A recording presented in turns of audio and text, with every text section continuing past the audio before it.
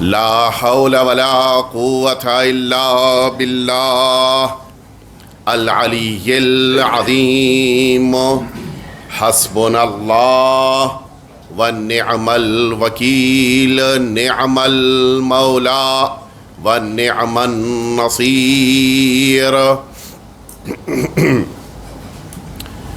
أعوذ بالله من الشيطان الرجيم بسم الله الرحمن الرحيم الحمد لله الذي لا يبلغ مدحته القائلون ولا يحصي نعماءه العادون ولا يؤدي حقه المجتهدون ثم الصلاة والسلام والتحية والإكرام على سيد الأنبياء والمرسلين سيدنا ومولانا أبي القاسم محمد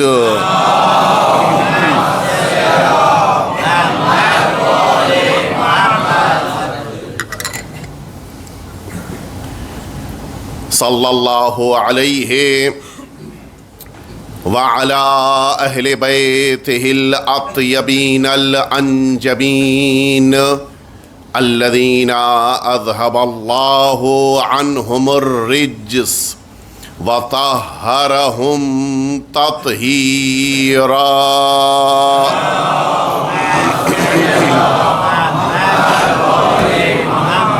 لا سیما الامام المبین بقیت اللہ فی الارضین واللعنۃ الدائمۃ الباقیہ علی اعدائہم اجمعین اما بعد فقد قال اللہ الحکیم فی کتابہ المبین وهو أصدق الصادقين وقوله الحق يقولون هل لنا من الأمر من شيء قل إن الأمر كله لله صلوات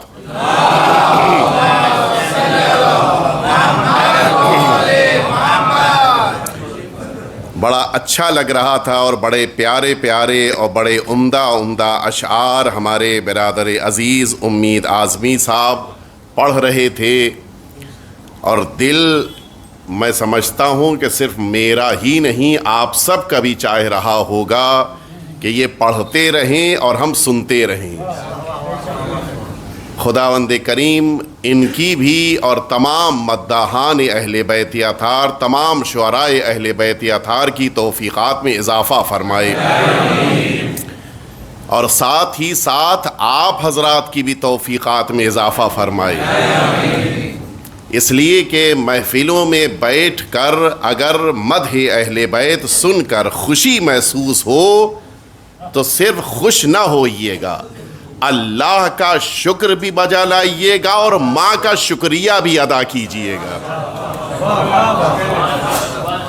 بہت ضروری ہے یہ، اس لیے کہ انسان اگر واقعاً اہل بیت اطہار کے فضائل کو سننے کے لائق قرار پائے تو پھر اس سے بڑی کوئی فضیلت نہیں ہو سکتی۔ ایک دفعہ مل جل کے آپ سبھی حضرات صلوات بھیج دیجئے۔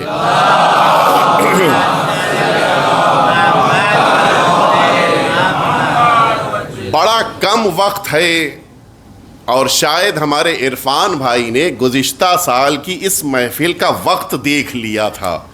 اگر آپ حضرات کو یاد ہو آج کی شب کی محفل ہماری 10 منٹ بڑھ گئی تھی، تو اس لیے عرفان بھائی نے اس سال میرا وقت کب ختم کرنا ہے مجھے پہلے ہی بتا دیا ہے، اور میں آپ جانتے ہیں کہ آپ کی اس محفل کو جب یہاں آ رہا ہوتا ہوں تو سن لیتا ہوں گزشتہ سال کیا پڑھا تھا، اور اس کے پہلے سال 2 سال تک کا تو ریکارڈ موجود ہے، اس کو سن لیتا ہوں، لہٰذا تکرار کی گنجائش نہیں ہے۔ جلدی جلدی میں اپنی باتوں کو طے کروں گا، اس لیے کہ ایک نتیجے تک مجھے پہنچنا ہے، اور اس نتیجے تک پہنچنے کے لیے جن مراحل کو طے کرنا ہے وہ بڑے اہم ہیں، اور بڑی ذمہ داری کے ساتھ اپنی بات کو پہنچانا ہے۔ ارشاد رب العزت ہے سورہ آل عمران کی آیت نمبر 175 کا یہ حصہ، ارشاد رب العزت ہے کہ یقولون، وہ سب یہ کہہ رہے ہیں کہ حل لنا من الامر من شیء، کیا امر کا کچھ حصہ ہمارے پاس ہے؟ حل لنا من الامر من شیء، یہ جو امر ہے اس کا کچھ حصہ، جس کو آپ اپنی انگریزی زبان میں لکھیں گے تو AMR، عربک یا اردو میں لکھیں گے تو الف میم را۔ پوچھنے والے پوچھ رہے ہیں کہ کیا کچھ ہمیں بھی امر میں ملے گا؟ اور اللہ نے بڑے سخت لہجے میں کہہ دیا کہ قل، اے پیغمبر ان سب سے کہہ دیجئے کہ ان الامر کلہ للہ، امر صرف اور صرف پورا کا پورا صرف اللہ کا ہے۔ توجہ فرمائی، یہ امر صرف اللہ کا ہے، کسی ایک بھی انسان کو اس امر کے متعلق کوئی اختیار نہیں ہے۔ آپ کے ذہن اس وقت پریشان ہے کہ یہ امر ہے کیا؟ اب سب سوچ رہے ہیں، بندہ چاہ رہا ہے کہ امر میں سے کچھ مل جائے، اللہ کہہ رہا ہے کہ تمہیں نہیں ملنے والا۔ یہ امر اتنا امپورٹنٹ ہے، لفظ امر کو میں بھی عرض کروں گا کہ یہ امر ہے کیا، ساری مجلس میری اسی پر ہے، شروع سے لے کے آخر تک مجھے امر کی گفتگو کرنی ہے۔ اللہ نے اس امر کو اتنا اہم، اتنا امپورٹنٹ سمجھا کہ بندے اگر پوچھ بھی رہے ہوں تو صاف جواب، بالکل کلیئر، کہ تمہارا ذرہ برابر بھی اس امر پہ اختیار نہیں ہے، تمہاری اتھارٹی نہیں ہے، یہ صرف اور صرف اللہ کا ہے۔ کہ جس کو ہم اپنی زبان میں کہیں کہ امر کا خیال رکھتے ہو، یہ منہ اور یہ مسور کی دال، تمہارے لیے امر کے بارے میں سوچنا بھی بیجا ہے، تو میرا اور آپ کا تو امر پر کوئی اختیار نہیں۔ اور پھر قرآن مجید نے کہا کہ وَكَانَ أَمْرُ اللَّهِ مَفْعُولًا، جو کچھ بھی دنیا میں ہوگا وہ اسی اللہ کے امر کی بنا پر ہوگا، جو کچھ بھی ہوگا۔ آپ یہاں آ کر بیٹھے ہیں، یہ امر پروردگار کی بنا پر بیٹھے ہیں، میں آپ سے خطاب کر رہا ہوں، امر پروردگار کی بنا پر گفتگو کر، جو کچھ بھی ہے دنیا میں وہ سب امر پروردگار کی بنا پر ہے۔ اور یہی امر تھا کہ جس کو نہ ماننے کی بنا پر یہ اللہ کی مخلوق ابلیس سے شیطان بن گئی۔ کیا ارشاد ہوا؟ قال، اللہ نے آواز دی کہ کیا ہو گیا تمہیں، اذ امرتک، جب میں نے تمہیں، اللہ تسجد اذ امرتک، کیا ہو گیا تھا کہ جب میرا امر تھا تب بھی تو نے سجدہ نہیں کیا؟ اور شیطان اسی ایک امر کو نہ ماننے کی بنا پر شیطان بن گیا۔ تو یہ امر اتنا امپورٹنٹ ہے، خدا را یہ امر کیا واقعاً اتنا امپورٹنٹ ہے؟ ارشاد ہوا سورہ سجدہ میں، پروردگار عالم نے اعلان کر دیا کہ وَجَعَلْنَاهُمْ أَئِمَّةً يَهْدُونَ بِأَمْرِنَا، ہم نے امام بنایا ہے، اور ان اماموں کا کام یہ ہے کہ ہمارے امر کے ذریعے سے ہدایت کریں۔ اور فرما رہے آپ، یعنی جن کو اللہ ہدایت کے لیے امام بناتا ہے وہ امر پروردگار سے لوگوں کو گائیڈ کرتے ہیں۔ اچھا، یہ امر آتا کب ہے؟ اللہ نے اس امر کو ان اماموں کو کب دیا؟ آپ سورہ قدر پڑھ لیجئے، تنزل الملائکۃ والروح فیہا بإذن ربہم من کل امر، وہی امر کا تذکرہ ہے، ملائکہ اور روح نازل ہوتے ہیں اللہ کی اجازت سے سارا امر لے کر، یعنی یہ امر پروردگار ہے جو اماموں کے پاس شب قدر میں آ جاتا ہے۔ یہاں تک آپ میرے ساتھ، اور یہی لفظ امر ہے کہ جو اگر کسی کے پاس ہو تو اس کی اطاعت کرنی ہوگی۔ کہاں پر؟ اللہ اعلان کر رہا ہے کہ اطیعوا اللہ و اطیعوا الرسول و اولی الامر منکم، اطاعت کرو اللہ کی اور اللہ کے رسول کی، اور اس کی اطاعت کرو جس کے پاس الامر، صاحبان علم موجود ہیں، یہ الف لام عہد ذہنی ہے، پروردگار یہاں پہ یہ اعلان کر رہا ہے جس کے پاس اللہ کا امر ہے اس کی اطاعت کرو۔ آپ نے کچھ غور فرمایا؟ جب بندوں نے کہا کہ ہمیں کچھ امر ملے گا یا نہیں، تو کیا جواب ملا تھا؟ ذرہ بر بالکل بھی نہیں۔ اور پھر آگے بڑھ کر یہ فرما دیا اللہ نے کہ جو امر والے ہیں ان کی اطاعت کرو۔ خدا را اگر بندوں کو تیرا امر نہیں ملتا تو یہ امر والے کون ہیں؟ کہا ان کے جیسا نہ بننے کی کوشش کرنا، یہ تم انسانوں سے بلند ہیں۔ اور فرمایا اس لیے کہ انسانوں کو اللہ امر نہیں دینے والا۔ اب پھر وہی سوال کہ جہاں سے بات شروع کی تھی، یہ امر ہے کیا؟ اب بس یہیں سے اب میری اصل مجلس شروع ہو رہی ہے، اور جہاں پر لے جا کے وقت پورا ہو جائے گا بات کو روک دوں گا میں۔ امر ہے کیا؟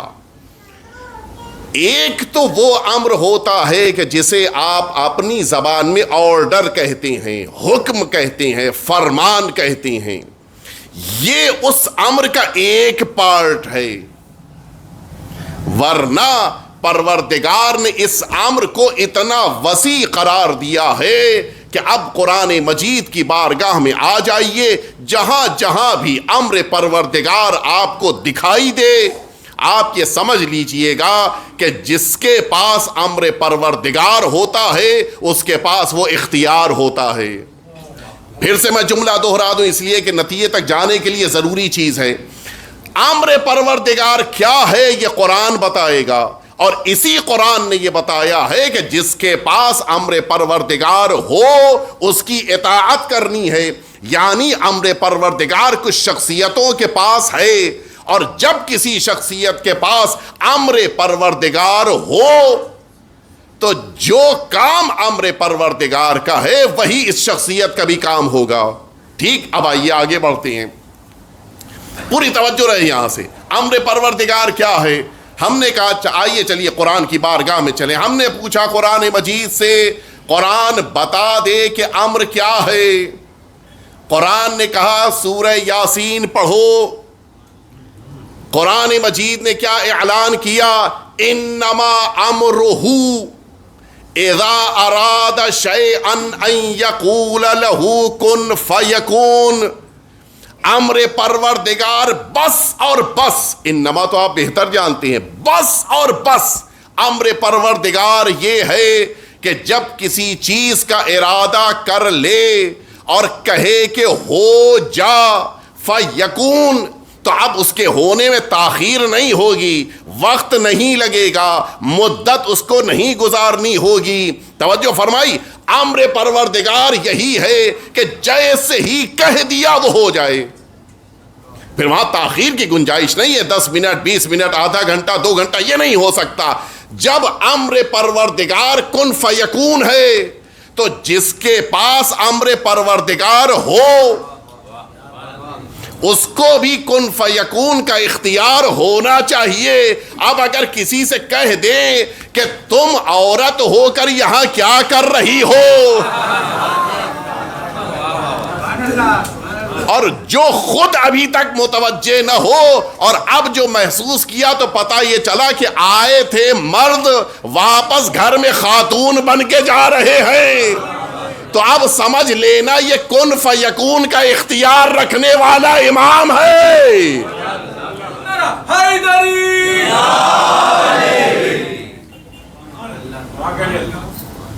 یہ مناسب نہیں ہے کہ بیچ میں آگے آئیے۔ آپ لوگ اگر آگے آ جائیے تو بعد میں آنے والوں کو آگے نہ آنا پڑے، پورا مجمع ڈسٹرب ہو جاتا ہے۔ آپ لوگ خود آگے آ جائیے، اور آگے اور آگے آپ لوگ آ سکتے ہیں۔ آپ ہی آگے آئیے، آپ ہی آگے آ جائیے، آئیے آپ آگے آ جائیے، آئیے۔ میں وسیم صاحب سے کہہ رہا ہوں آپ آگے آ جائیے، آئیے تشریف لائیں۔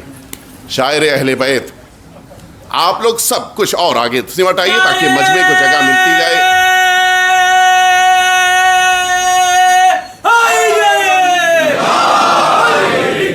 آپ نے توجہ فرمائی، جس کے پاس کن فیکون کا اختیار ہو وہی صاحب امر پروردگار ہوگا۔ اب عالم یہ ہے کہ بلخی پانی ڈال رہا ہے اور وقت کا امام اپنے دست مبارک کو اس پانی سے دھو رہا ہے۔ بلخی تم نے کیا دیکھا؟ کہ مولا طبق میں تو پانی ہے۔ فرمایا پھر دیکھو۔ کہ مولا تو اس میں تو بہترین قیمتی موتی ہیں۔ یہ پانی نے اپنی حیثیت کو کیوں بدل دیا؟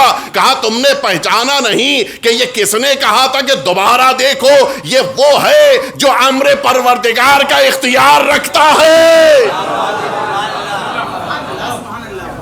کبھی ایسا ہو سکتا ہے کہ انسان اپنی شخصیت بدل دے، مخلوق خود کو تبدیل کر دے۔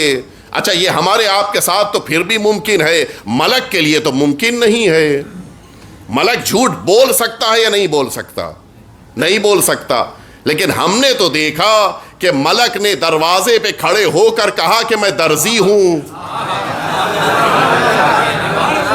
یہ ملک جھوٹ نہیں بول رہا ہے، بتا رہا ہے کہ جس کے دروازے پر آیا ہوں وہ اختیار کائنات رکھتی ہے۔ صلوات بیت محمد و آل محمد۔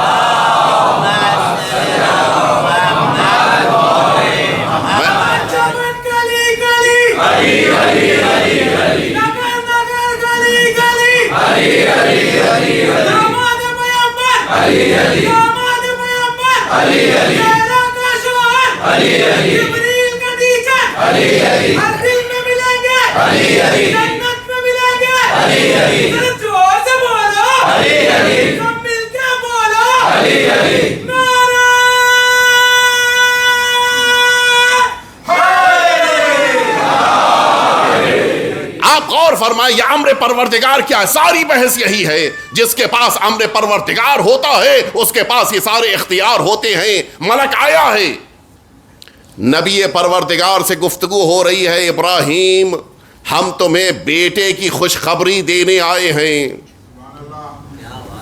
بوڑھی بیوی ہنس پڑی، یہ قرآن کی لفظیں ہیں، بوڑھی بیوی ہنس پڑی۔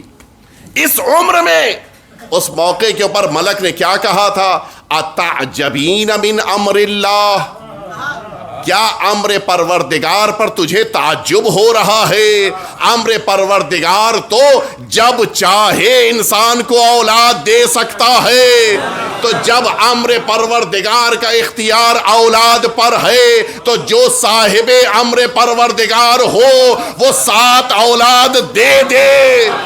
تو تعجب اس پہ نہ کرنا کہ 7 کیسے دیا، تعجب اس پہ کرنا کہ 7 ہی کیوں دیا ہے۔ مل جل کے صلوات بھیج دیں آپ حضرات۔ پھر آئیے قرآن کی بارگاہ میں قرآن مجید سے پوچھے کہ قرآن بتائیے امر پروردگار کیا ہے۔ قرآن نے پھر آگے بڑھ کر اشارہ دیا، دیکھو والشمس والقمر والنجوم مسخرات بامرہ، پھر وہی امر پروردگار۔ قرآن مجید کہہ رہا ہے یہ سورج، یہ چاند، یہ ستارے، یہ سب اللہ کے امر کے مسخر کیے ہوئے ہیں۔ یعنی اللہ جب چاہے گا سورج نکلے گا، اللہ جب چاہے گا سورج ڈوبے گا، اللہ جب چاہے گا چاند دکھے گا، اللہ جب چاہے گا چاند نہیں دکھے گا، اللہ جب چاہے گا ستارے چمکیں گے، اللہ جب چاہے گا ستارے نہیں چمکیں گے۔ توجہ فرمائی، یہ امر پروردگار کے تابع ہیں، یہ امر پروردگار کو اوبے کر رہے ہیں، یہ امر پروردگار کو فالو کر رہے ہیں۔ اب ذرا سوچئے، جب یہ سب امر پروردگار کے فالوور ہیں تو جس کے پاس امر پروردگار ہو پھر اس کے پاس بھی اختیار یہی ہوگا۔ جب چاہے گا سورج پلٹا لے گا، اشارہ کر دے گا چاند 2 ٹکڑے ہو جائے گا، اور جب چاہے گا ستارے کو دروازے پہ بلا لے گا۔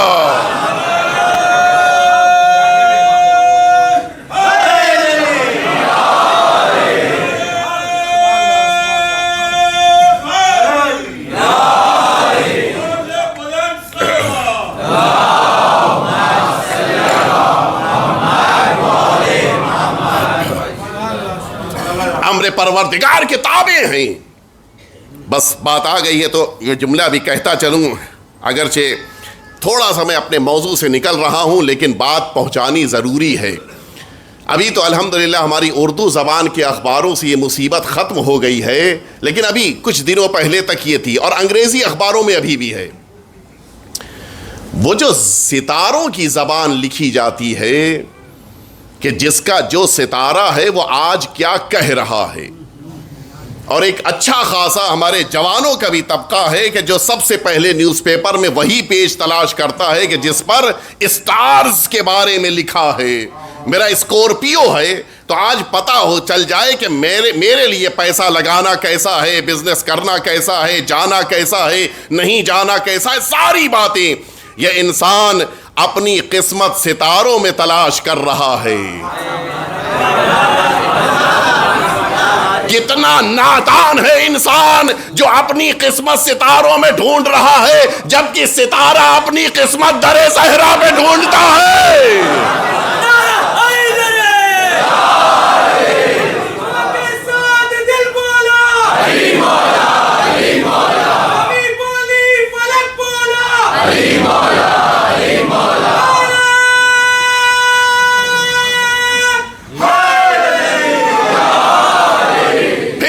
سے میں نے پوچھا کہ بتا دے یہ امر پروردگار کیا ہے. قرآن نے پھر اعلان کیا کہ آؤ بتاؤں میں تمہیں کہ یہ امر پروردگار کسے کہتے ہیں. قرآن مجید نے اعلان کیا وَمِنْ آيَاتِهِ أَن تَقُومَ السَّمَاءُ وَالْأَرْضُ بِأَمْرِهِ. اللہ کی نشانیوں میں سے ایک نشانی یہ ہے کہ یہ جو آسمان ٹھہرا ہوا ہے، یہ جو زمین رکی ہوئی ہے، وہ امر پروردگار کی بنا پر ہے. پھر وہی امر پروردگار اب جب ساری چیزیں زمین اور آسمان کی ہر اعتبار سے امر پروردگار کی پیروی کر رہی ہیں، تو جو صاحب امر پروردگار ہو اب اگر وہ ہاتھ اٹھا دے تو پھر آسمان سے تو بارش ہونی ہے. اور اگلا جملہ بھی سن لیجئے، اور اگر زمین پہ زلزلہ آ رہا ہو اور ہاتھ رکھ دے تو اسے ٹھہرنا ہے. کیوں؟ کہا یہ صاحب امر پروردگار کا اشارہ ہے. صاحب امر پروردگار کا اختیار ہے آسمانوں پر بھی زمین پر بھی. اور وہ آخری آیت، کئی آیتیں ہیں جو میں وقت کے نہ ہونے کی بنا پہ چھوڑ کے آگے بڑھ رہا ہوں، وہ آخری آیت میں آپ کے سامنے عرض کرنا چاہتا ہوں. ایک بڑا اہم مسئلہ جو ہر زمانے میں بڑا ہی انسانوں کے ذہنوں کو تشویش میں مبتلا کرنے والا رہا ہے، وہ مسئلہ ہے روح کا. روح کیا ہے؟ بہت اختلاف ہے. حتیٰ ہمارا ہندوستان کا فلسفہ آپ جانتے ہیں کہ پرانا سمجھا جاتا ہے. یہ ہندوستان کے فلسفے میں بھی اس کی بڑی بحثیں ہیں.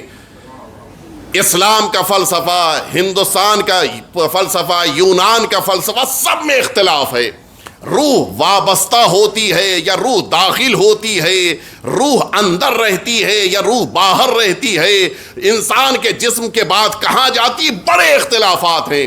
اور یہ اختلاف جب رسالت مآب کے دور میں لوگوں کے ذہنوں سے نکلتا ہوا زبانوں تک پہنچا اور کسی نے آ کر حضور اکرم سے یہ پوچھ لیا کہ یا رسول اللہ یہ روح کیا ہے، پوری توجہ رہے آخر تک میرے مجمع کی، پوچھا کہ یا رسول اللہ یہ روح کیا ہے، تو اب رسالت مآب تو وہی بولیں گے جو وہی بولے گی.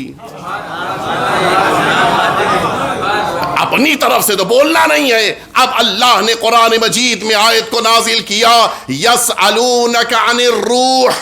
اے پیغمبر آپ سے آ کر یہ پوچھ رہے ہیں کہ روح کیا ہے. قل الروح من امر ربی. روح کچھ نہیں ہے، وہی امر. روح کچھ نہیں ہے، صرف رب کا امر ہے.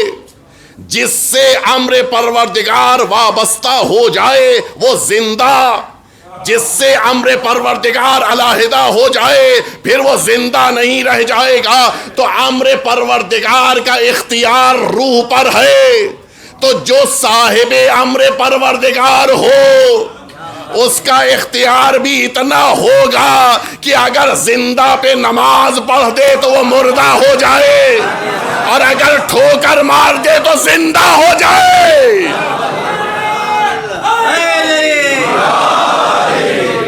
مجھے جملہ کہنے دیجئے. روح وہ عظیم دولت اور نعمت ہے جسے دیتا تو اللہ ہے, اختیار اہل بیت کو دیتا ہے. صلوات بیت محمد و آل محمد.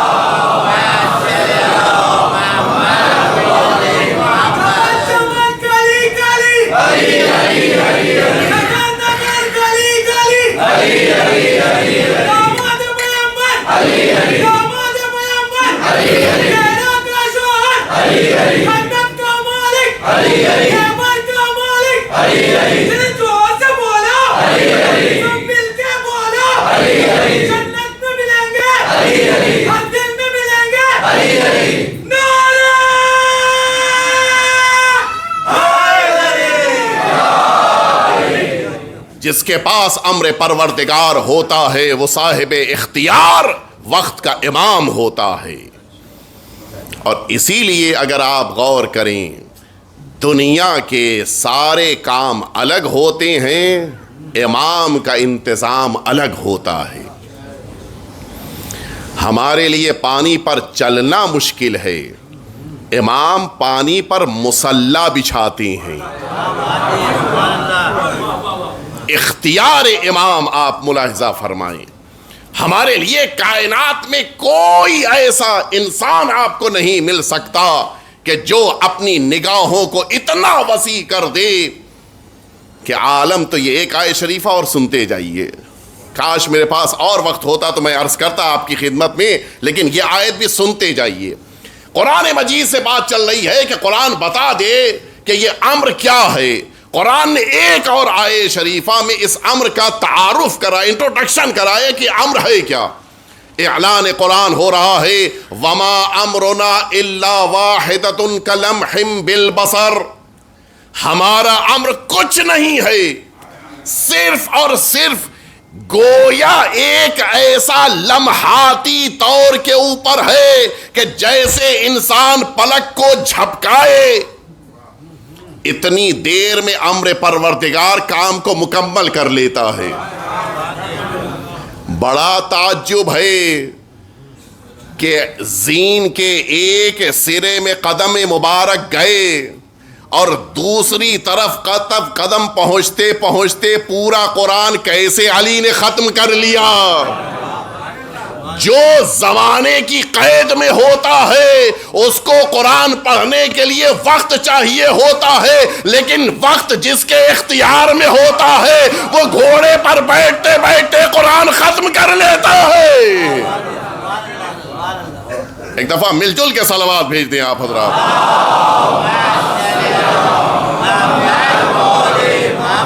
سرکار امیر المؤمنین. اسی لیے آپ غور فرمائیں, ہر انسان یہ سوچتا ہے یہی ہے جو کلمح بالبصر, یہ قرآن مجید کی جو آیت شریفہ ہے, یہ ایک اور موقع پر اس کا ذکر آیا ہے. ایک نبی پروردگار ہے کہ جو اپنے آنے والے مہمان کے لیے اس کی خاص قسم کی کرسی جو تخت کی شکل میں ہے اسے منگانا چاہ رہا ہے. کہا اب بلقیس نکل چکی ہیں اور اب میرے دربار تک آ رہی ہیں. کون ہے جو تخت بلقیس کو یہاں پر لے آئے؟ آپ جانتے ہیں کہ بلقیس نے اپنے تخت کو ایک ایسے کمرے میں رکھا تھا کہ جس کمرے تک پہنچنے کے لیے 7 دروازے کھولنے پڑتے. 7 مقفل لاکڈ ڈور ہیں کہ جنہیں کھولا جائے تب وہ آخری کمرے میں جا کر انسان کو تخت ملے گا. جنات میں سے ایک کھڑا ہوا, اس نے کہا کہ اے نبی پروردگار سلیمان, آپ اپنی جگہ سے اٹھیں, اس سے پہلے میں اس تخت کو لا دوں گا. کہا نہیں, اتنی دیر نہیں, اتنا انتظار نہیں کرنا ہے. اب قرآن مجید کہتا ہے کہ وقال الذی عنده علم من الکتاب, جس کے پاس اللہ کی کتاب کا تھوڑا سا علم تھا. کیا کہا اس نے؟ انا آتی کا قبل ان یرتد الیک بصرک, وہی بصر, اس سے پہلے کہ آپ کی پلک جھپکے آنکھ بند ہو میں وہ بلقیس کا تخت لے کے آ جاؤں گا، اور یہ جملہ کہا اور تخت بلقیس کو حاضر کر دیا۔ اب آئیے اسی بحار الانوار میں روایت موجود ہے، ہمارے اور آپ کے چھٹے امام امام جعفر صادق علیہ السلام، راوی بیٹھا ہے، مولا جناب آصف برقیہ نے تو بہت بڑا کام کیا کہ 7 پردوں میں چھپے ہوئے تخت کو چشم زدن میں پلک کے جھپکنے سے پہلے لا کر پیش کر دیا۔ مولا نے فرمایا تمہیں آصف برقیہ کے علم کے اوپر بڑا تعجب ہو رہا ہے؟ کہا ہاں مولا، یہ تو بہت بڑا کام کیا۔ مولا فرماتے ہیں جو آصف برقیہ کے پاس علم ہے وہ ہم اہل بیت کے علم کے مقابل ٹھیک اسی طرح ہے جیسے سمندر کے مقابل قطرہ ہوتا ہے۔ اب آپ ذرا انصاف سے بتائیں، جب قطرے کا یہ حال ہے تو سمندر کا حال کیا ہوگا؟ صلوات بیت محمد والے وما امرنا الا واحدۃ کلمح بالبصر، یہ قرآن مجید کہہ رہا ہے ایک لمحے میں جس کام کو انجام دیا جائے وہ اختیار اللہ اپنے اس امام کو دیتا ہے جن کے پاس امر الہی ہوتا ہے۔ میری گفتگو کا بس آخری پڑاؤ ایک شخصیت کا تذکرہ اس لیے ضروری ہے کہ اللہ جب کسی کو عزت دے تو کوئی ذلیل نہیں کر سکتا، اور اسی لیے عزت اللہ سے مانگنی چاہیے۔ کرسی پر بیٹھا ہوا شخص وہ خود محتاج ہے عزت کا، وہ ہمیں عزت کیا دے گا؟ لوگ وہ 5 سالہ کرسی پر بیٹھے ہوئے شخص کے آگے پیچھے چکر لگاتے ہیں تاکہ کچھ وقت ہی کے لیے عزت مل جائے۔ اگر اتنی محنت اللہ کی بارگاہ میں کر لی ہوتی تو وہ عزت ملتی کہ جو ہمیشہ رہتی۔ اب آپ سنیں گے سلطان سلمان، یہ ایک ایسا شخص ہے، ابھی آپ گوگل پہ تلاش کر لیے، میں ابھی اتفاقاً شام ہی کو دیکھ رہا تھا، پوری تفصیل اس کے بارے میں مل جائے گی آپ کو۔ یہ وہ ہے جو آل عثمان آپ جانتے ہیں یہ مسلمانوں کی حکومت تھی جو 1919 تک یہی قسطنطنیہ، یہ ترکیہ یہاں پر قائم تھی۔ یہ سیکنڈ لاسٹ امپیرر تھا کہ جو خلیفہ سمجھا جاتا تھا، یہ سیکنڈ لاسٹ تھا۔ بڑا اچھا انسان سمجھا جاتا تھا، بڑے نیک کام اس نے کیے تھے، اور شاید اس کی نیکیوں ہی کی بنا پہ پروردگار نے اس کو شہادت کا درجہ دیا تھا۔ سنیں آپ کتنا نیک انسان، البتہ ظاہر ہے کہ ظاہری طور پہ بظاہر تو یہ اس فقہ اور اس نظریے کا حامل تھا کہ جو اہل بیت اطہار کے مقابل ہیں، لیکن اس کا وہ واقعہ میں عرض کر رہا ہوں کہ جس واقعے نے اس کی زندگی کو چینج کر دیا اور پھر وہ صحیح عقیدے کے ساتھ دنیا سے گیا۔ اس کے کارناموں میں، اس کے نیک کاموں میں ایک عظیم کام یہ ہے کہ اسی سرزمین کربلا پہ اس زمانے میں نہر فرات چوڑی ہو گئی تھی، اور اس گاؤں کے جو اطراف میں تھے ان کے لیے کربلا کی زیارت کرنا بڑا مشکل کام ہو گیا تھا۔ کشتی پر بیٹھیں، پھر اس کے بعد یہاں تک پہنچیں، یا گھوم کے جو کافی دور علاقے میں پل تھا اس کو کراس کر کے آئیں۔ یہ سلطان سلمان تھا کہ جس نے سب سے پہلے اس کے اوپر برج بنایا تھا۔ یہ میں آپ کو بتا رہا ہوں 1872 کی بات، اس نے سب سے پہلے وہ برج بنایا تھا تاکہ ان زائرین کو امام حسین تک پہنچنے میں، زیارت کرنے میں آسانی ہو جائے۔ یہ اس کے اندر کی وہ اچھائی تھی کہ جس کی بنا پر یہ عمل اس کا سامنے آیا۔ ظاہر ہے کہ اس کی حکومت سارے اسلامی ملکوں، ساری اسلامی سرزمینوں پر ہے۔ یہ ایک بار صرف اس لیے نکلا تھا کہ دیکھیں سارے مسلمان کہاں کہاں بسے ہیں، جتنے عرب زبان، جتنے عربی بولنے والے تھے سب کے اوپر حکم، حتیٰ افریقہ تک تھی۔ افریقہ کے بعض علاقوں میں یہ جو عثمانی خلافت سمجھی جاتی تھی اس کا دائرہ بہت وسیع تھا۔ جس موقع کے اوپر یہ پوری توجہ سے آپ سنیں، سرزمین عراق پہنچا تو اب ان لوگوں کے ساتھ ایسا ہے کہ اکیلے تو نہیں چلے آ رہے ہیں، گھوڑے پر خود بیٹھا، اب اس کے ساتھ اس کا لشکر ہے، لشکر کا سپہ سالار ہے، اس کے وزراء ہیں، قاضی القضات ہے، حتیٰ وہ اپنے قوم کا عالم ہے، سب کو لے کر ایک گویا پورا ایک لشکر ہے جو چلا جا رہا ہے۔ جب یہ لشکر سرزمین عراق کے اس شہر کی طرف پہنچا کہ جو نجف اشرف کہلاتا ہے، مل جل کے صلوات بھیج دیں آپ حضرات۔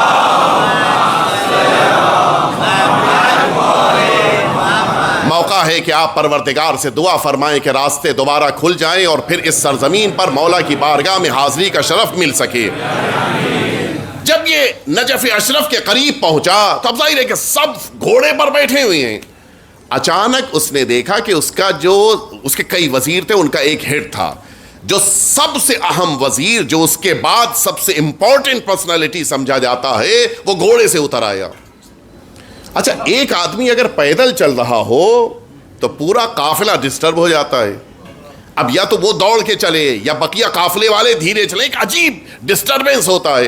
اس نے گھوم کے دیکھا کہ وہ پیدل ہوا ہے تو اب ظاہر ہے کہ اب سب کو دھیمے ہونا ہے۔ اچھا، کوئی معمولی شخص بھی نہیں ہے، حاکم کے بعد جو پرسنالٹی سمجھی آتی وہ اسی کی ہے۔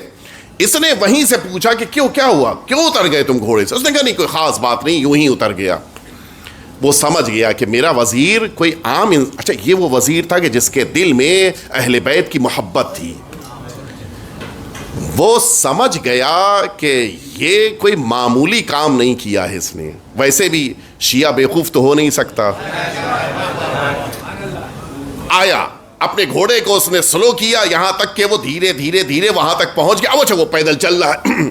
خیریت، کیوں تم پیدل چل رہے ہو؟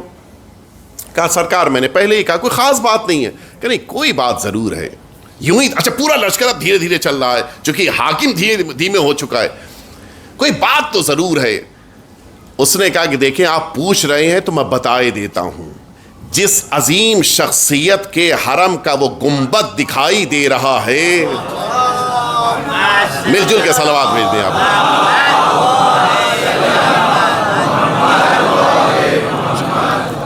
ان کی عظمت کا تقاضا یہ ہے کہ ان کے سامنے گھوڑے پر بیٹھ کر نہ جایا جائے۔ کون ہے وہ؟ کہتا ہے کہ آپ کو شاید نہیں پتا ہے، یہ عالم اسلام کی وہ سیکنڈ عظیم شخصیت ہیں جو رسالت مآب کے بعد سب سے زیادہ عظمت رکھتی تھی۔ اچھا، یہ وہی ہے؟ اچھا، اس کو ظاہر ہے کہ یہ تو خود خلفاء میں سے ہے، یہ خود عثمانی خلیفہ ہے۔ اچھا، یہی ہیں کہ جو خلفائے راشدین کے چوتھے، کہاں یہ وہی ہے؟ کہ اگر ایسی بات ہے تو پھر ان کے احترام میں مجھے بھی گھوڑے سے اترنا چاہیے۔ وہ گھوڑے سے اتر آیا۔ سب کو تو یہ بات ہضم ہوئی نہیں، اس لیے کہ جب ایڈمنسٹریٹر گھوڑے سے اتر آئے تو پھر سب کو اترنا ہے۔ سپہ سالار نیچے اتر آیا، پوری فوج، پوری فورس، پورے سارے اس کے کمانڈر سب نیچے اتر آئے، سارے وزیر نیچے اتر آئے۔ ان کے درمیان جو اس زمانے کا چیف جسٹس قاضی القضات تھا، عسکر نام تھا اس کا، اس کو بھی مجبوراً گھوڑے سے اترنا پڑا۔ وہ آیا اور سلطان سلمان سے کہا کہ سرکار خیریت، آپ گھوڑے سے اتر گئے؟ کہ دیکھ نہیں رہے ہو اتنی عظیم شخصیت، ان کے احترام میں گھوڑے سے اترا ہوں۔ کیوں؟ ان کا کیسا احترام؟ کہ بھئی وہ خلفائے راشدین میں سے چوتھے خلیفہ تھے، ان کا احترام۔ یہی وہ چیز جس نے اس کو ڈائیورٹ کر دیا تھا، یعنی پوری طرح سے جو چینج ہوا اور اس کا دل شیعہ ہو گیا، یہی واقعہ تھا۔ خلفائے راشدین کے چوتھے خلیفہ ہیں، ان کا احترام تو ضروری ہے۔ اب آپ دیکھیں، اس کی ناصبی تھا یہ قاضی القضات، جو عسکر تھا وہ ناصبی تھا، اہل بیت اطہار کا شدید دشمن۔ کہتا ہے سرکار، زندہ کی اہمیت زیادہ ہوتی ہے یا مردہ کی اہمیت؟ کہ زندہ کی اہمیت زیادہ ہوتی ہے۔ اب وہ جملہ جو بڑا منحوس جملہ ہے لیکن بہرحال اس لیے ادا کرو تاکہ ذہنوں تک بات پہنچ جائے۔ وہ کہتا ہے کہ وہ خلیفہ اور تم خلیفہ، تم دونوں میں فرق ہے، تم زندہ خلیفہ ہو۔ اب وہ اگلا جملہ نہیں کہوں گا میں۔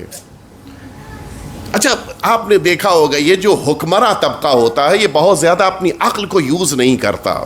جو مشورہ دے دیا جائے، جو لوگ سجیشن دے دے، وہ اس کے مطابق۔ اس نے کہا بات تو تمہاری دل کو لگ رہی ہے، میں زندہ ہوں اور وہ بہرحال آج دنیا میں نہیں ہیں، تو رتبے کے اعتبار سے تو مجھے گھوڑے سے نہیں اترنا چاہیے۔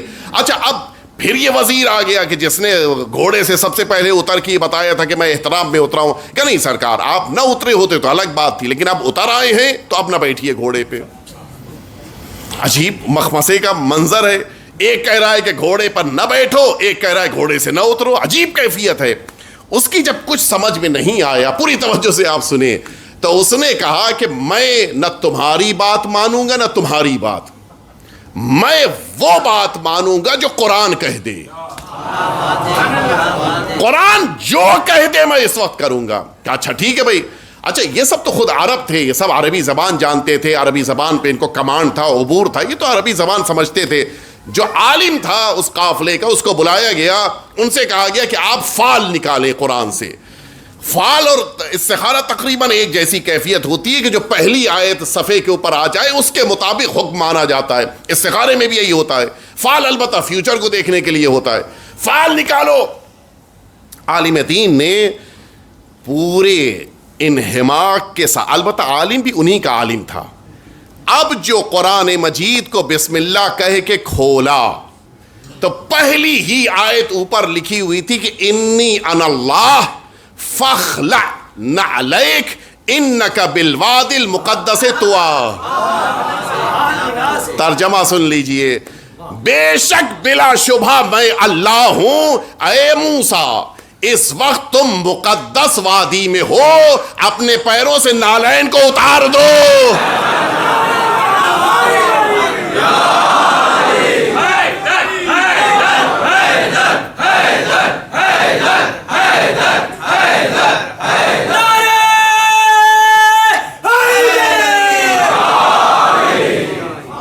آپ نے غور فرمایا، اب جو یہ جملہ اس نے آیہ شریفہ کا قرآن مجید کا دیکھا کہ تم مقدس وادی میں ہو، اپنے پیروں سے نعلین، فاخلع نعلیک، اپنی نعلین کو اتار دو، انک بالوادی المقدس طویٰ، تم مقدس ترین وادی طویٰ میں ہو۔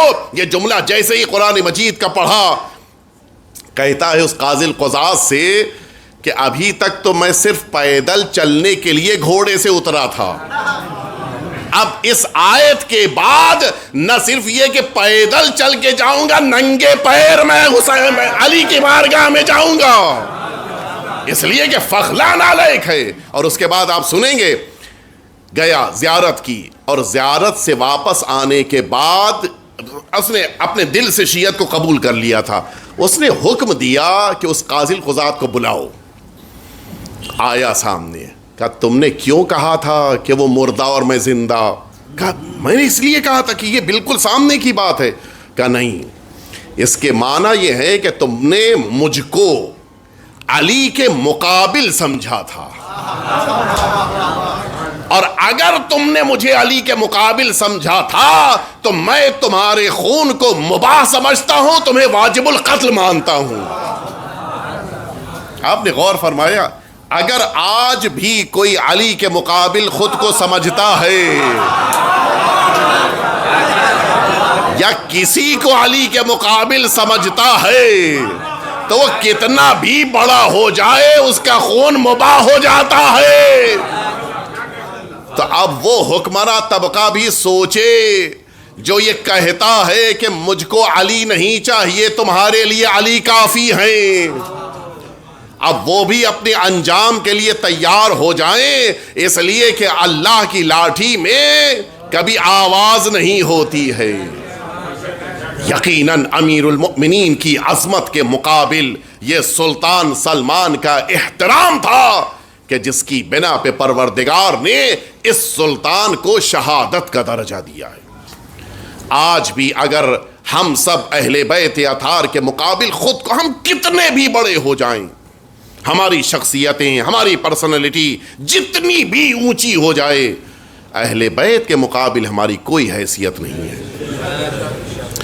اپنے کو ہمیشہ چھوٹا بنا کر رکھیے اہل بیت کے مقابل، یہ وہ شخصیتیں ہیں جو ذروں کو بلند کر دیتی ہیں۔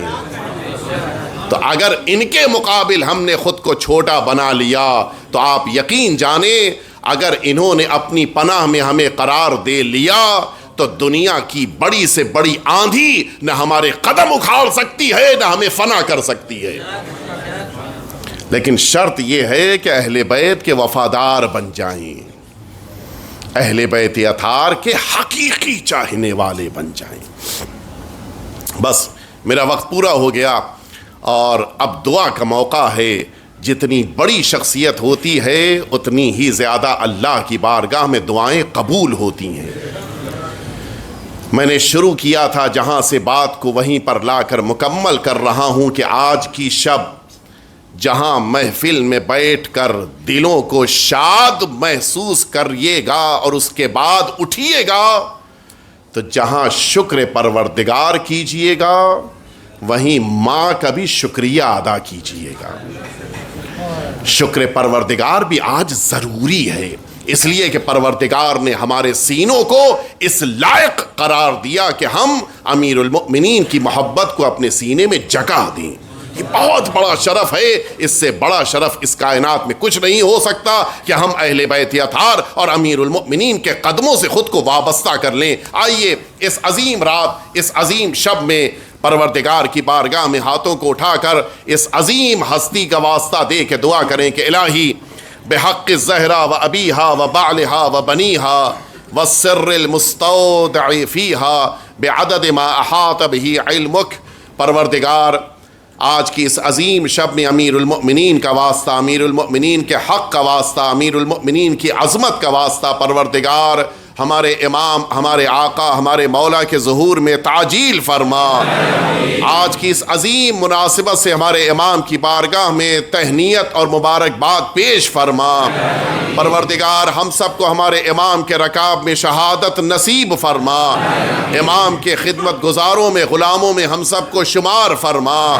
پروردگار ہمارے دلوں میں، ہماری نسلوں کے دلوں میں امیر المؤمنین کی محبت اور ولایت قرار فرما. پروردگار شب اول قبر امیر المؤمنین کی زیارت نصیب فرما. میدان محشر میں امیر المؤمنین کی شفاعت ہم سب کے شامل حال فرما. پروردگار امیر المؤمنین کے دشمنوں کی نفرت ہمارے سینوں میں قرار فرما. پروردگار جو مؤمنین بیمار ہیں امیر المؤمنین کے صدقے میں انہیں شفا عطا فرما. پروردگار بالخصوص یہ جو بیماری، یہ جو مصیبت کی شکل میں، کورونا کی شکل میں مصیبت آئی ہے، پروردگار اس عظیم مصیبت سے تمام مؤمنین کو محفوظ فرما. بالخصوص سرزمین ایران پر موجود ان تمام مؤمنین کی حفاظت فرما. پروردگار جو اس بیماری میں مبتلا ہو گئے، پروردگار انہیں شفا عطا فرما. پروردگار ہم سب کو اپنے والدین اگر باحیات ہو خدمت کی توفیق عطا فرما. اگر اس دنیا سے اٹھ گئے ہوں ان سب کے لیے دعا کرنے اور ان سب کے لیے ایصال ثواب کا جذبہ ہمیں عنایت فرما. پروردگار ہم سب کو اور ہماری نسلوں کو اہل بیت اطہار کے خدمت گزاروں میں قرار فرما. پروردگار ہم سب کو سرکار امیر المؤمنین کی بارگاہ نجف اشرف کی زیارت نصیب فرما.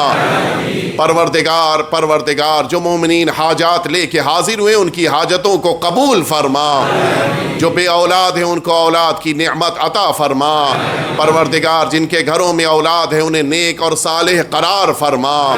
ربنا تقبل منا انک انت علی سلطان عالم، علی سردار آدم، علی نور الہی، علی محبوب خاتم، علی شاہ ولایت، علی جان رسالت، علی مہر امامت، علی بہر سخاوت.